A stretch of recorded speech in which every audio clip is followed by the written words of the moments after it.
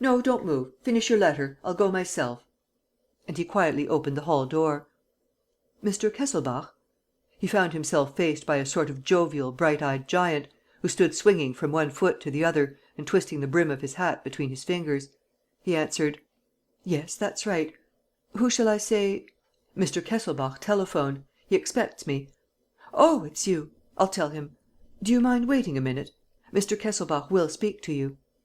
He had the audacity to leave the visitor standing on the threshold of the little entrance hall, at a place from which he could see a portion of the sitting room through the open door, and slowly, without so much as turning round, he entered the room, went to his confederate by Mr. Kesselbach's side and whispered: "We're done. It's Gourel, the detective."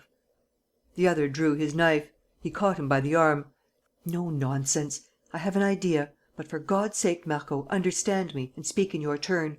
Speak as if you were Kesselbach. You hear, Marco? You are Kesselbach."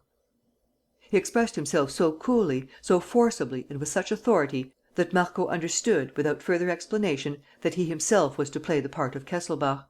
Marco said, so as to be heard: "You must apologize for me, my dear fellow. Tell M. Gourel I'm awfully sorry, but I'm over head and ears in work. I will see him to morrow morning at 9. Yes, at 9 o'clock punctually."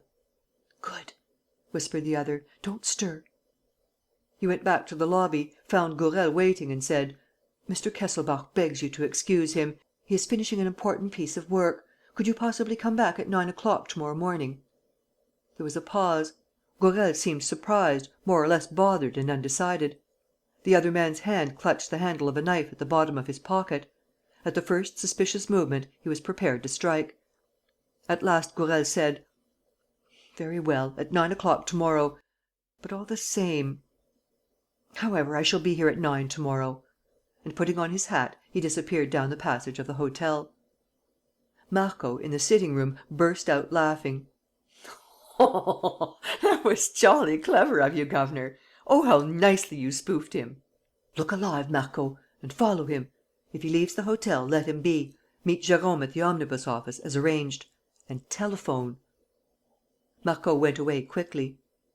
Then the man took a water bottle on the chimney-piece, poured himself out a tumblerful, which he swallowed at a draught, wetted his handkerchief, dabbed his forehead, which was covered with perspiration, and then sat down beside his prisoner and, with an affectation of politeness, said: "But I must really have the honour, Mr. Kesselbach, of introducing myself to you." And, taking a card from his pocket, he said: "Allow me. Arsène Lupin, gentleman burglar." The name of the famous adventurer seemed to make the best of impressions upon Mr. Kesselbach. Lupin did not fail to observe the fact and exclaimed: "Aha, my dear sir, you breathe again! Arsène Lupin is a delicate, squeamish burglar. He loathes bloodshed. He has never committed a more serious crime than that of annexing other people's property. A mere peccadillo, eh? And what you're saying to yourself is that he is not going to burden his conscience with a useless murder. Quite so. But will your destruction be so useless as all that? Everything depends on the answer. And I assure you that I am not larking at present. Come on, old chap." He drew up his chair beside the arm-chair, removed the prisoner's gag and, speaking very plainly: "Mr. Kesselbach," he said, "on the day when you arrived in Paris, you entered into relations with one Barbareux, the manager of a confidential inquiry agency; and, as you were acting without the knowledge of your secretary, Chapman, it was arranged that the said Barbareux, when communicating with you by letter or telephone, should call himself 'the Colonel.'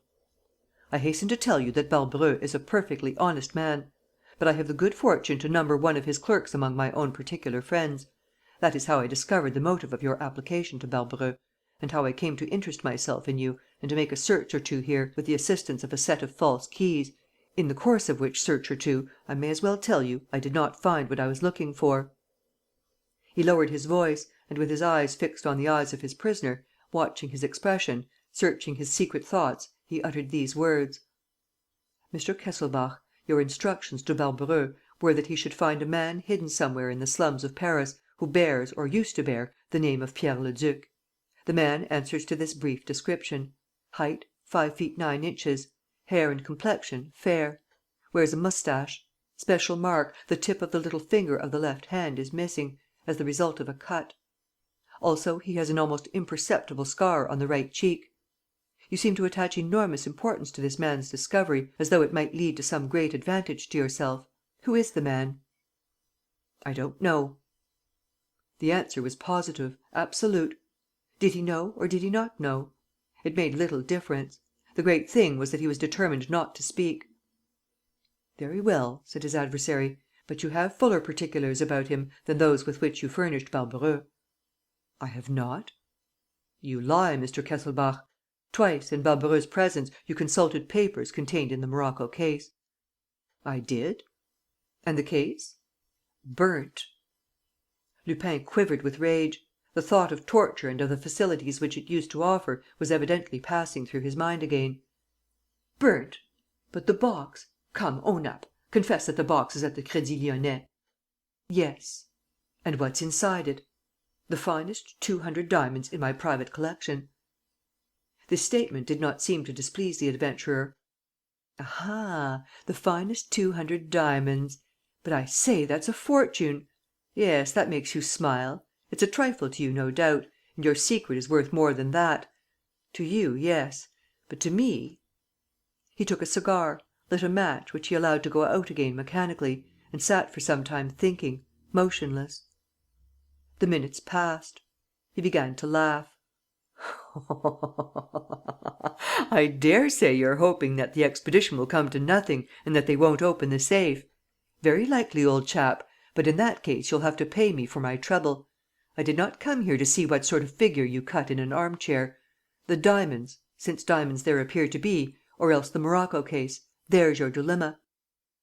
He looked at his watch. Half an hour. Hang it all, fate is moving very slowly! But there's nothing for you to grin at, Mr. Kesselbach. I shall not go back empty handed. Make no mistake about that. At last! It was the telephone bell. Lupin snatched at the receiver and, changing the sound of his voice, imitated the rough accent of his prisoner: "Yes, Rudolf Kesselbach. You're speaking to him? Yes, please, mademoiselle, put me on. Is that you, Marco? Good. Did it go off all right? Excellent. No hitch? My best compliments. Well, what did you pick up? The ebony box? Nothing else? No papers? Tut, tut! And what's in the box? Are they fine diamonds? Capital, capital! 1 minute, Marco, while I think. You see, all this. If I were to tell you my opinion. Wait, don't go away. Hold the line." He turned round. "Mr. Kesselbach, are you keen on your diamonds?" "Yes." "Would you buy them back of me?" "Possibly." "For how much? 500,000 francs?"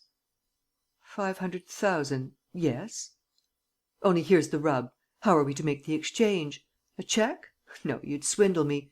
Or else I'd swindle you. Listen. On the day after to morrow, go to the Crédit Lyonnais in the morning, draw out your 500 bank notes of 1,000 each and go for a walk in the Bois, on the Auteuil side. I shall have the diamonds in a bag. That's handier. The box shows too much." Kesselbach gave a start: "No, no. The box too. I want everything." "Ah!" cried Lupin, shouting with laughter. "You've fallen into the trap! The diamonds you don't care about. They can be replaced. But you cling to that box as you cling to your skin. Very well, you shall have your box, on the word of Arsène. You shall have it to morrow morning, by parcel post." He went back to the telephone. "Marco, have you the box in front of you?" "Is there anything particular about it? Ebony inlaid with ivory? Yes, I know the sort of thing. Japanese, from the Faubourg Saint Antoine. No mark? Ah, a little round label, with a blue border and a number. Yes, a shop mark. No importance. And is the bottom of the box thick?" "Not very thick." "Bother! No false bottom, then. Look here, Marco, just examine the ivory inlay on the outside. Or rather, no, the lid." He revelled with delight. "The lid! That's it, Marco! Kesselbach blinked his eyes just now. We're burning! Ah, Kesselbach, old chap, didn't you see me squinting at you? You silly fellow!" And to Marco: "Well, what do you see?" "A looking glass inside the lid." "Does it slide?" "Is it on hinges?" "No." "Well, then break it. Yes, yes, I tell you to break it. That glass serves no purpose there. It's been added since." He lost patience: "Mind your own business, idiot! Do as I say." He must have heard the noise which Marco made at the other end of the wire in breaking the glass, for he shouted, in triumph: "Ah! Didn't I tell you, Mr. Kesselbach, that we should find